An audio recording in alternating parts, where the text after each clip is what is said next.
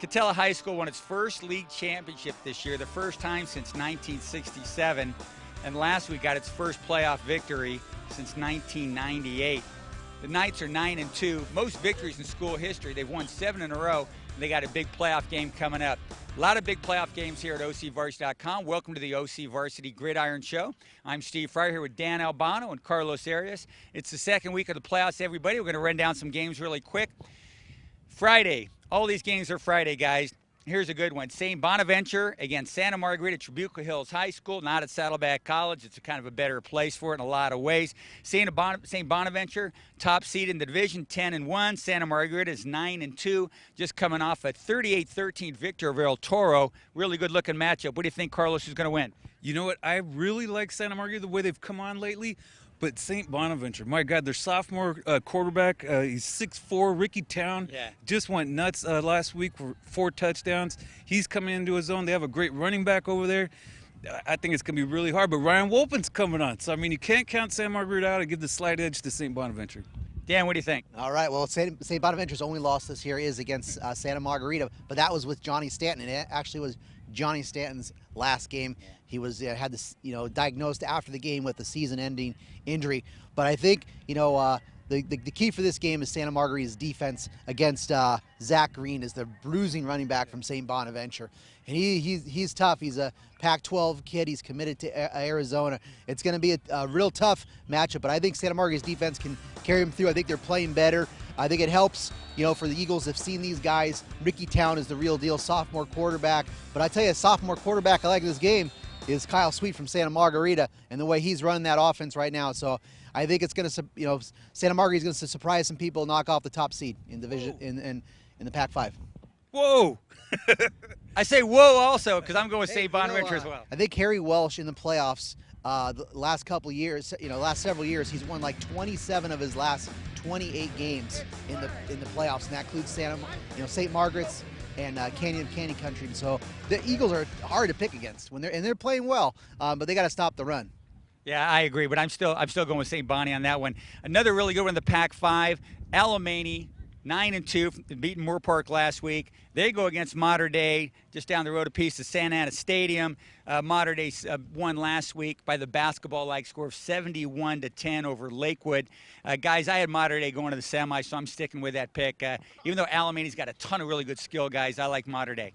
This was actually the championship game this summer at the Airstrike passing tournament down at Dana Hills. And I was there, and Alemany has got so many receivers. It's unbelievable the kind of skill they have, and they run a really good offense. Mater Dei's got some defensive backs, but I think Mater Dei is going to make it to the semis, make it an all Trinity League semi with Santa Margarita. And I think I like the move with Chase Forrest at quarterback. He's an elusive guy. He's a playmaker, gives that spark, and can make something out of nothing. And I think with Thomas Doherty back healthy now, J.C. Genova, is playing all-county caliber linebacker. I think Margarita gets a win. Agree or Mater Dei gets a win. Agree or disagree? Agree. I got to tell you, when I saw Mater Dei play Servite, that's that great rivalry game. Ryan McMahon started that game. He wasn't doing too well, couldn't get the offense going, and Chase Forrest came in and just really, got them going.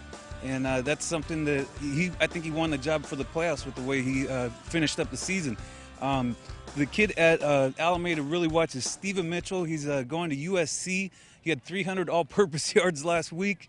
That's going to be hard to contain, but I'm still taking Mater Dei. I think it's Trinity League in the semis, too. I'm surrounded by Trinity League homers, everybody. All right, so also playing coming up Friday, Southern Division. Katella, Knights getting ready, running around all over the place right behind us here. They're playing Woodbridge, and that game's at Irvine High on Friday. I like Woodbridge in that game. I'm kind of heavy on the Pacific Coast League and what I think of that, so I'm sticking with the Warriors, Carlos. Yeah, I've seen Katella twice this year. I've seen Woodbridge. TJ Ashmead is very impressive running back. Not only is he fast, but he is a workhorse. He can get 30, 40 carries a game. They really rely on him heavily. Woodbridge has another great running back, Austin DeFreitas. So this is going to be a battle of the running backs, but I think the Pacific Coast League edge goes to Woodbridge because there's just so many good teams in that league for this division. I think they own this division. Yeah, and Katella is pretty tough on defense as well, only allowing 9 points a game. What do you think of this one, Katella Woodbridge, Danny? You know, I like what Carlos said. I like both these running backs, and they're both juniors as well. So 2 running backs to watch, but I'm going to go with Woodbridge because of the Pacific Coast League. I think as long as they're in this division, in the Southern Division, the Pacific Coast League is the power broker, and it's hard to pick against any Pacific Coast League teams really in this division. You know what, and I hate to do this too because I really liked Fred DePalma from back in the days when he was at Savannah. He's got that beautiful Magnum PI mustache, and it's going to be shaved if they lose, so I'm worried about him. Okay, for more for Mr. Mustache, Freddie DePalma, and some of his Katella players, we had a conversation with Fred. They've exceeded, our expectations. So yes, we had high expectations, but you just don't know. But these kids have just really exceeded anything I could imagine at this point. So when I first got here, there's a group of upcoming seniors that they've been together since freshman year.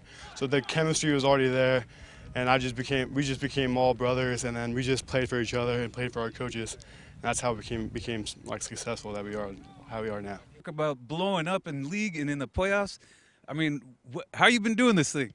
It's just a lot of practice. Double days prepared me for the long couple 30 carries I'm getting a game. Plus my O-line's pretty good. They're working hard this year. We always practice really hard because we know it's at stake. We want to keep things going. We don't want to end it too short. It's our last year. This is going to be the last time we're going to have this team. There's so many seniors. Like next year, the whole line's going to be taken away. It's all because of our seniors. We all stayed through freshman year till now, and I think we don't want it to end. We want things to keep going. Well, a lot of really good players, a lot of really good matchups in the second week of the playoffs. So much going on. We're pretty pumped up for week 2 of the playoffs here at OCVarsity.com, where we've got you covered.